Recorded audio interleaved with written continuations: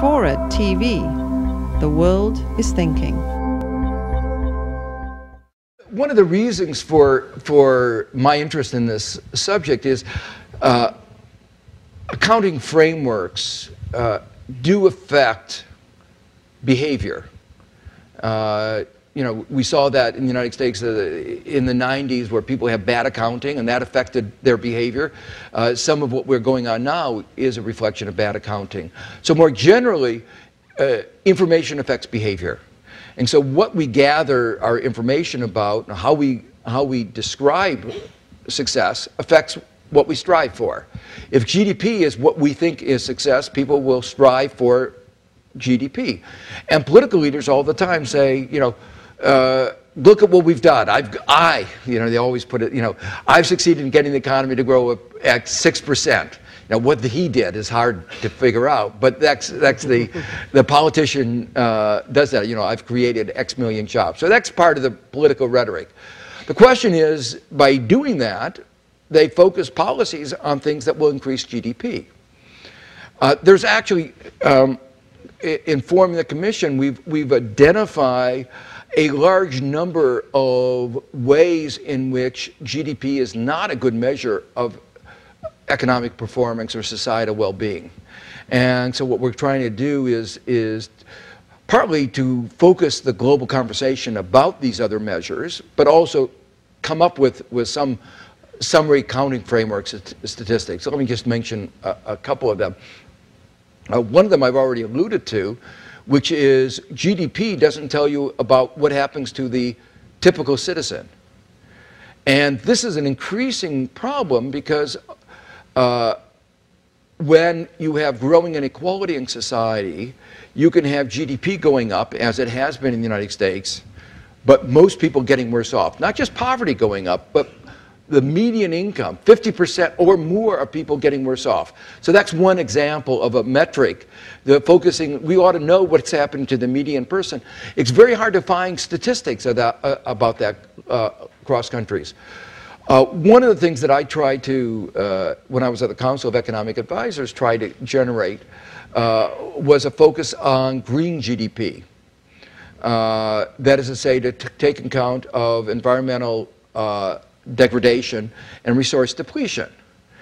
This is particularly important in developing countries that may be growing by cutting down their forest, but you know, once they cut down the forest, there's nothing there. And so unless they do something, it's not sustainable. GDP tells you nothing about sustainability. Another example is GDP measures. IMF thought Argentina was doing great in the early 90s. I happened to look at the data in a more fine-grained way, and we said, this is not sustainable. If you only looked at GDP, you would not have realized that. So in the first context, there are ways that you can take out for depletion of natural resources and degradation of the environment. If you do that, China's growth gets significantly lowered. It's still doing well, but it is much lower than it otherwise would have been. Interesting story about the role of special interest. When we tried to push for this, and people in the Department of Commerce were excited about doing this, the coal industry basically passed a proviso, or threatened to pass a proviso, to take away funding for any research that would support these alternative measures. Because they knew that green GDP would not be good for the coal industry. So, you know, to me, that reinforced my belief why it's important to measure these things. Another example, just to, you know, is the difference between GDP and GNP. Those of you who are older, when you went to school, you talked about GNP. Right. And about 1990, they switched to GDP. Well, everybody said, oh, just a little bit of difference. Well, it turns out that it makes a great deal of difference for many countries. And there is a little bit of, I'm sure somebody's going to write an article about whether there is a political context to the switch. GDP looks at the output within the country. GNP looks at the income of the people in the country. Well, when you started privatizing a great deal, you had economic activity within the country, but the income from that economic activity more and more going to people outside the country.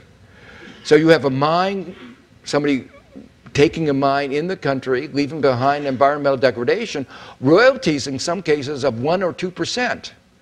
So almost none of the income from the mine goes to the people in the country. So GDP is going up, but any measure of green GNP would show the country going down. And some really dramatic examples, like in Papua New Guinea, where this actually is true. So there are other aspects of health, leisure, the fact that, just to give you two other dramatic examples, the United States, as you may know, has about 10 times as many people per capita in prison as other advanced industrial countries. That contributes to our GDP because we have to spend money incarcerating them. And some states now are spending as much on prisons, construction of prisons, as they are in universities. Well, that's good for GDP, but any measure of societal well-being says it's not good to have so many people in prison. And it's a symptom of something dysfunctional. We can have a long discussion about what it is that's dysfunctional, but it's not positive. Another example is we spend more on health care than any other country as a percentage of GDP, and our health outcomes are much lower than in other advanced industrial countries, and actually lower than many developing countries. Well, the extra money that we spent on health care shows up as a contribution to GDP.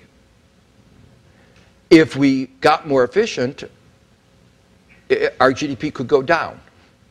Well, that's clearly not, you don't want to, you're looking at the wrong thing. And so I think this will provide a good forum for thinking a lot more about the strengths and weaknesses of each of our societies.